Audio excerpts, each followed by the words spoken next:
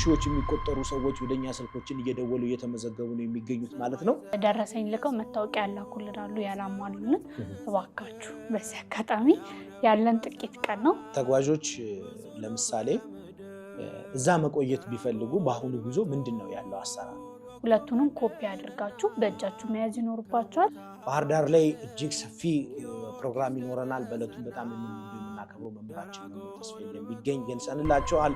መኃልየ ዘሰሎሞን ምዕራፍ 5 ላይ ያለውን ታሪክ ስትሰሙት ገና ሳልዘረዝረው ትርጉሙን ሳልናገር ከማን ህይወት ጋር ይገናኛል? ከራሳችን አይደል? ውድ የተባለው ማን ነው? ኢየሱስ ክርስቶስ። እነሆ በደጅ ቆሜ አንኳኳለሁ፣ የሚወድ ቢኖር በሩን ይከፍትልኛል፣ እኔም ገብቼ ከሱ ጋር ራት እበላለሁ። በስመ አብ ወወልድ ወመንፈስ ቅዱስ አሐዱ አምላክ አሜን አሜን። እስከዚህ ሰዓት ያደረሰን ልዑል እግዚአብሔር የተመሰገነ ይሁን። በመላው ዓለም የምትገኙ ውድ ኦርቶዶክሳውያን እንዴት ከረማችሁ? እንዴት ሰነበታችሁ? ፍጹም የእግዚአብሔር ሰላም ይብዛላችሁ። እነሆ ዘወትር በዚህ ሰዓት ወደ እናንተ የምናቀርብላችሁ የጉዞ መረጃ የተሰኘ ፕሮግራማችን ነው። እንግዲህ ጥር 14 መነሻውን ያደረገው ጥር 26 መመለሻውን ያደረገ ወደ ታምረኛው በርሜል ቅዱስ ጊዮርጊስና ወደ እናታችን ምርት ደለጎ ቅድስት ኪዳነ ምሕረት ታላቅ መንፈሳዊ የበረከት ጉዞ ብዙ ሺዎች የሚቆጠሩ ሰዎች ወደኛ ስልኮችን እየደወሉ እየተመዘገቡ ነው የሚገኙት ማለት ነው። ርብቃ እንግዲህ ጉዞ መረጃ ካወጣንበት እነሆ አሁን ወደ 2 ሳምንት እየተጠጋ ነው። እንዴት ነው ያለው ሁኔታ? ምን ይመስላል የምዝገባ ሁኔታ? ምዝገባ በጣም ቆንጆ ነው። እንግዲህ መጀመሪያም ቀን ተናግሬያለሁ። ገና ከመጀመሪያ ነው ሰው በጣም እየተመዘገበ ያለው ቆይቶ ስለተከፈተ። እንግዲህ አሁን ወደ ማጠናቀቂያው እየሄድን ነው ካለው የሰው ብዛት አንፃር። ሊጠናቀቅ ነው ምዝገባ? አዎ፣ ምክንያቱም በጣም በርካታ ሰው ነው የተመዘገበው። አየር መንገድም ጥቂት ፍላይቶች ነው እያሳዩኝ ያሉት። ስለዚህ በቅርቡ ምዝገባ ይዘጋል ማለት ነው። ቀኑ ስፔሲፊክ ቀኑ አይታወቅም። ምክንያቱም ያው አየር መንገድ ሲዘጋ ነው የምንዘጋውና ካለው አየር መንገድ ትኬት አንፃር ነው ይሄንን ልል የቻልኩት። በዚህ አጋጣሚ እንግዲህ ብዙ ሰዎች ብር አስገብተው ደረሰኝ ልከው መታወቂያ ያላኩልናሉ ያላሟሉልን እባካችሁ በዚህ አጋጣሚ ያለን ጥቂት ቀን ነው። አንዴ ከዘጋ ምንም አማራጮች ስለማይኖሩን በፕሌን ስለሆነ መንገዱ አንድ አየር መንገድ ከዘጋ ዘጋ ነው። እኛ የምናደርገው ነገር ስለሌለ እባካችሁ ቶሎ ብላችሁ መታወቂያችሁን ወይ ፓስፖርታችሁን ላኩልን። አያይዞ ደግሞ ከመጀመሪያ ቪዲዮ ላይ እንደሰራ ነው የውጭ ተጓዦች ከሆኑ የሀገር ውስጥ ምንም አይነት መታወቂያም ሆነ የሎ ካርድ የሌላቸው እጥፍ ነው የሚከፍሉት ብለን ነበርና ይሄ ኢንፎርሜሽን ሳይደርሳቸው ግን ስማችሁን ወይ መታወቂያችሁን ልካችሁልን በሀገር ውስጥ ከፍላችሁ ግን እዚህ ጋር ግሪን ካርድ ማውጣት ያልቻላችሁ ተጓዥ ካላችሁ ከአሁኑ መስተካከል ስላለበት እናንተም እርሊ ብታሳውቁ ደስ ይለናል ማለት ነው። መልካም። እንግዲህ መታወቂያ ያላኩ ሰዎች እንዲልኩልን እና ሌላው ደግሞ የጉዞ ምዝገባችን ቀን ሊጠናቀቅ በጣም ጥቂት ቀን ስለቀረው ይህንን መረጃ ተከተላችሁ ይዛችሁ ሁላችሁም ለጉዞ እንድትዘጋጁ ለማሳሰብ ነው እንግዲህ በዛሬው ዕለት የተገኘ ነው። በጣም በርካታ ሰዎች እየደወሉ ነው የሚገኙት። ከመላው ዓለም የሚገኙ ቤተሰቦቻቸውንም የሚልኩ በጣም ብዙ ሰዎች ነው ያሉት። ስለዚህ የታምረኛው የሰማዕቱ የቅዱስ ጊዮርጊስ ዓመታዊ ክብረ በዓል ጥር 18 ቀን ይከበራል ማለት ነው። በዚህም እንግዲህ ብፁዕ አባታችን አቡነ ሰላማ ቡራኪያቸው ይድረሰን እሳቸው በተገኙበት ይህ ክብረ በዓል የሚከበር ይሆናል ማለት ነው። እጅግ የምንወዳቸው የምናከብራቸው ናቸው።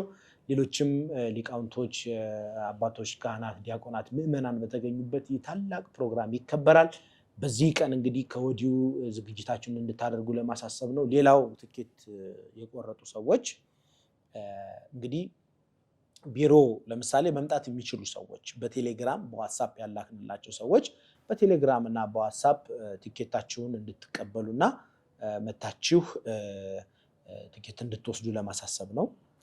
መምጣት ካልቻሉ የላኩላቸውን ቲኬት የሜጃንም አሁን የሜጃና የመምጫ ለየብቻ ነው ቲኬት እያደረግንላቸው ያለውና ሁለቱንም ኮፒ አድርጋችሁ በእጃችሁ መያዝ ይኖርባቸዋል። ምንም አይነት ጥያቄ ካላቸው የላክንላቸው ቮይስ ካልገባቸው የበረራቸውን ሰዓት ካላወቁ አርግሊ እንዲያሳውቁ በቃ በጊዜ በማንኛውም ሰዓት ደውላችሁ ኤኒ ጥያቄ ካላችሁ ማንኛውም ጥያቄ ካላችሁ ልታሳውቁን ይገባል ማለት ነው። መልካም። ሌላው እንደው ብዙ ጊዜ ይጠይቃሉና ተጓዦች ለምሳሌ እዛ መቆየት ቢፈልጉ በአሁኑ ጉዞ ምንድነው ያለው አሰራር? እንግዲህ በአሁኑ ጉዞ የመጀመሪያውን ቪዲዮ ላይ ተናግሬያለሁ። አብዛኛውን የደርሶ መልስ ነው የምንቆርጠው። በቃ ራሳችን ኃላፊነት እንወስዳለን ብለው ካሉ ሰዎች በስተቀር እኛ እንመለስ እርግጠኛ የሆንበት ነገር የለም። አሁን ከዚህ በፊት ቢሆን የምንመለስበትንም ቀን እናውቃለን እና በዚህ ቀን ነው ቀጣይ ጉዟችን ብለን አሳውቀናቸው ነው የሚሄዱት። በአሁኑ ግን ቀጣይ ጉዞ ይኑር አይኑር የሚለው ጉዳይ አልታወቀም። ስለዚህ ሄደን እኛ ድንገት ላንመለስ እንችላለን ወይ እንዳሁኑ ልንቆይ እንችላለን ሌላ ጉዞ ለማዘጋጀት እና ራሳቸው ኃላፊነት ወስደው ነው የሚመለሱት ማለት ነው። ስለዚህ አብዛኛውን ሰው በእርግጥ እየቆረጠ ያለው የደርሶ መልሱን ነው። ምክንያቱም ሰፊም ቀን ነው፣ 12 ቀን ነው የሚሆነው የአሁኑ ጉዟችን። ከሌላው ጉዞ ለየት የሚያደርገው ግን ደግሞ ሙሉ በሙሉ እኛ ኃላፊነቱን እንወስዳለን፣ ባትመጡም ራሳችን እንመለሳለን ብለው ላመኑ ሰዎች ግን የመሄጃውን እየቆረጥንላቸው የመመለሻውን ኦፕን እያደረግንላቸው ነው። መልካም እንግዲህ ተመልካቾቻችን ይህ መረጃ እንደደረሳችሁ ሁላችሁም ባለው ጥቂት ቀን በዚህ ጥቂት ቀናቶች ውስጥ ቲኬት ቆርጣችሁ ለጉዞ እንድትዘጋጁና ለዚህ ታላቅ በረከት ተሳታፊ ሁኑ፣ ለበረከቱም ተካፋይ ሁኑ። በጣም አስደናቂ ድንቅ የሆነ ፕሮግራም ነው የሚኖረው በርሜል ቅዱስ ጊዮርጊስ ላይ። እኛም እንደነገርናችሁ ደግሞ በ14 ጥር 14 ባህር ዳር ላይ እጅግ ሰፊ ፕሮግራም ይኖረናል። በዕለቱም በጣም የምንወደው የምናከብረው መምህራችን መምህር ተስፋዬ እንደሚገኝ ገልጸንላቸዋል።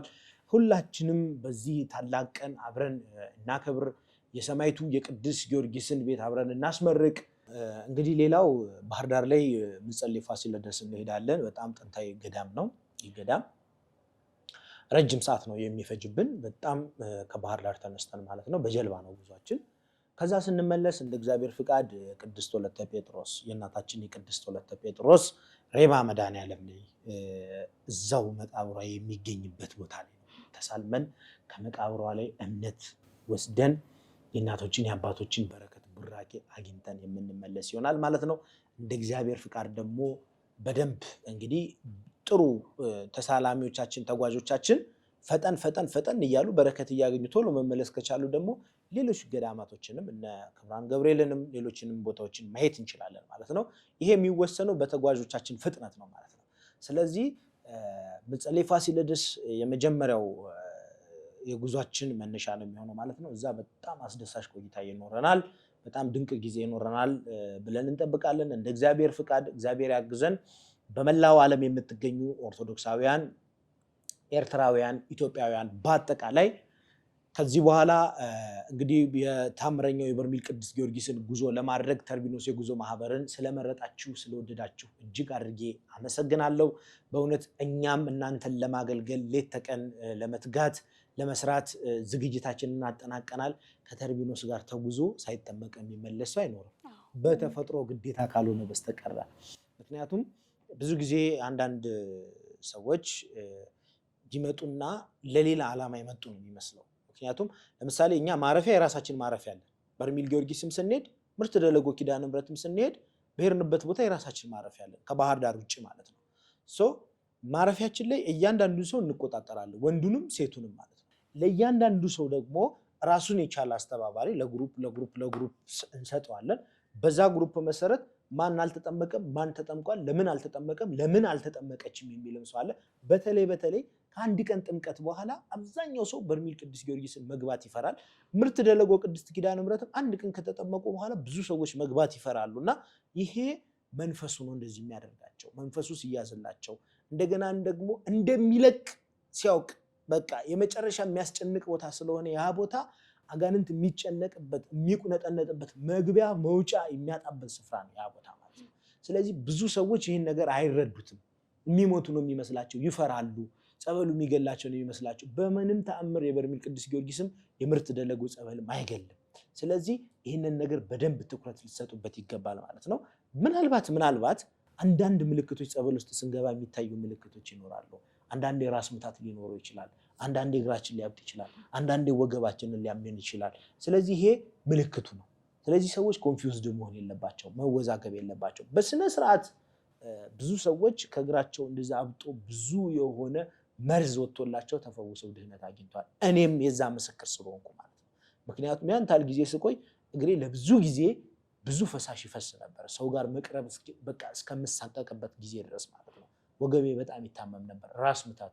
ስለዚህ እነዚህ ነገሮች በደንብ ሰዎች ተጠቅመውበት ሊመጡ ይገባል ማለት ነው። ካወቁበት በደንብ ጠንካራ ከሆኑ መጾም ከቻሉ መስገድ ከቻሉ በርሜል ቅዱስ ጊዮርጊስም ምርት ደለጎም ተኪዶ ሰዎች እንቆቅልሻቸው ሳይፈታ ጥያቄያቸው ሳይመለስ አይመለሱም ማለት ነው። 0910 10 10 73 እና 0918 18 18 67 እንዲሁም የቴሌግራም ስልካችን 0918 18 18 67 እንዲሁም 0970 42 43 44 ሁለቱ የቴሌግራም ስልካችን ናቸው። እንዲሁም ኢሞ ላይ ማግኘት ይችላሉ። የዋትስአፕ ስልካችን ደግሞ 0918 18 18 67 ነው። ስለዚህ እነኚህን ስልኮች በመጠቀም በቴሌግራም በዋትስአፕም በኢሞ ልታገኙ ትችላላችሁ ማለት ነው።